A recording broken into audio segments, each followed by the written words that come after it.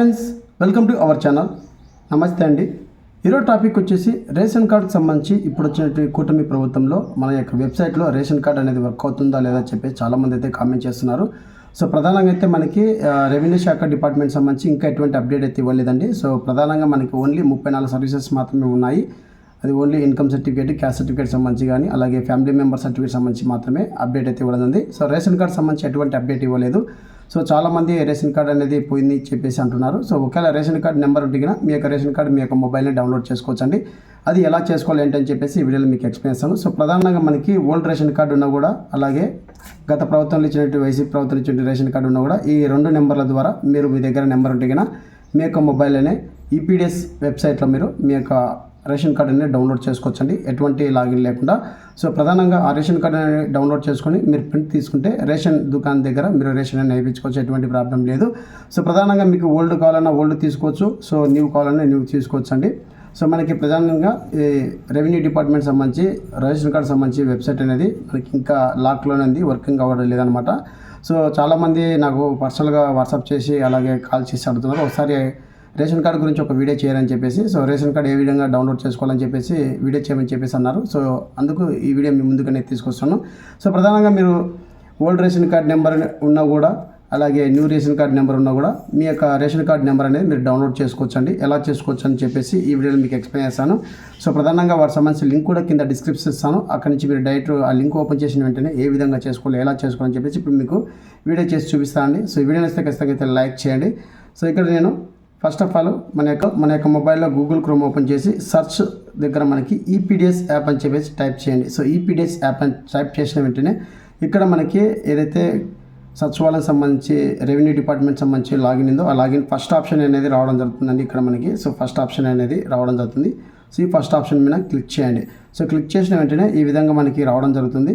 So ఇక్కడ నేను home page మీద క్లిక్ చేస్తున్నాను. సో మనకి ఈ విధంగా అయితే వెబ్సైట్ రావడం జరుగుతుంది. ఇక్కడ మనకి హోమ్ పేజ్, డాష్ బోర్డు, అలాగే మనకి ఇక్కడ లాగిన్ అని చెప్పేసి ఇక్కడ మనకి డాష్ బోర్డ్ అనే ఆప్షన్ ఉంది కదా. సో ఇక్కడ మనకు రెండో ఆప్షన్ ఏదైతే ఉందో డాష్ బోర్డ్ ఆప్షన్ అనేది కదా. సో డాష్ బోర్డ్ ఆప్షన్ మీద ట్యాప్ చేయండి.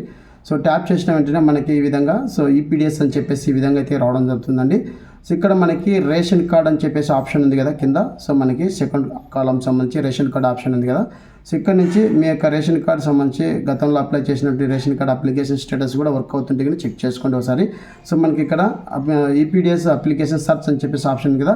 అక్కడ మీ యొక్క రేషన్ కార్డ్ నెంబర్ అనేది ఏమైనా యాడింగ్ చేసినా స్ప్లిట్టింగ్ చేసినా అక్కడ మీ యొక్క రేషన్ కార్డు కొత్త రేషన్ కార్డు నెంబర్ అనేది ఎంటర్ చేస్తే గత ప్రభుత్వంలో ఇచ్చిన రేషన్ కార్డు నెంబరు, సో గత ప్రభుత్వంలో ఇచ్చిన ఈ రేషన్ కార్డు నెంబర్ ఎంటర్ చేస్తే కన్నా ఈ సర్చ్ ఆప్షన్లో మీరు మీ యొక్క స్టేటస్ ఏ విధంగా ఉందో కూడా తెలుసుకోవచ్చండి. సో ప్రధానంగా ఇప్పుడు చాలామంది రేషన్ కార్డు డౌన్లోడ్ చేసుకోవాలంటున్నారు కదా. సో వారి కోసం అనేది ఇక్కడ మనకి రైస్ కార్డ్ అండ్ సర్చ్ అనే ఆప్షన్ ఉంది కదా. ఇక్కడ మనకి 5th ఆప్షన్ ఉంది కదండి. సో ఇక్కడ రైస్ కార్డ్ సర్చ్ అని చెప్పేసి ఆప్షన్ మీద ట్యాప్ చేయండి. సో ట్యాప్ చేసిన వెంటనే మనకి ఈ విధంగా అయితే రావడం జరుగుతుందండి. సో ఇక్కడ మనకి select ration card and rice card అంటే రెండు, అంటే మనకి ఒకవేళ ఓల్డ్ రేషన్ కార్డు ఉంటే ఓల్డ్ రేషన్ కార్డ్ నెంబర్ అనేది ఎంటర్ చేయొచ్చు, లేకుంటే మీ దగ్గర రైస్ కార్డ్ నెంబర్ అంటే ప్రధానంగా గత ప్రభుత్వంలో ఇచ్చినట్టు ఈ నెంబర్ అయినా మీరు ఎంటర్ చేయొచ్చు. సో నేను ప్రధానంగా so new rice card number అనేది అంటే గత ప్రభుత్వంలో ఇచ్చిన రైస్ కార్డ్ నెంబర్ అనేది ఎంటర్ చేసి చూపిస్తాను. అలాగే ఇక్కడ ఉన్నటువంటి ఓల్డ్ రేషన్ కార్డ్ నెంబర్ కూడా మీకు ఎంటర్ చేసి చూపిస్తానండి. సో నేను ప్రధానంగా సో న్యూ రైస్ కార్డ్ గత ప్రభుత్వంలో ఇచ్చినటువంటి రైస్ కార్డ్ నెంబర్ ఏదైతే ఉందో అది ఎంటర్ చేస్తున్నాను అండి. సో ఇక్కడ నేను గత ప్రభుత్వంలో ఇచ్చినటువంటి రైస్ కార్డ్ నెంబర్ అయితే ఎంటర్ చేస్తున్నాను. ఎంటర్ చేసి మీకు సంబంధించి రైస్ కార్డ్ అనేది ఓల్డ్ రేషన్ కార్డ్ అనేది మీకు రావడం జరుగుతుందండి.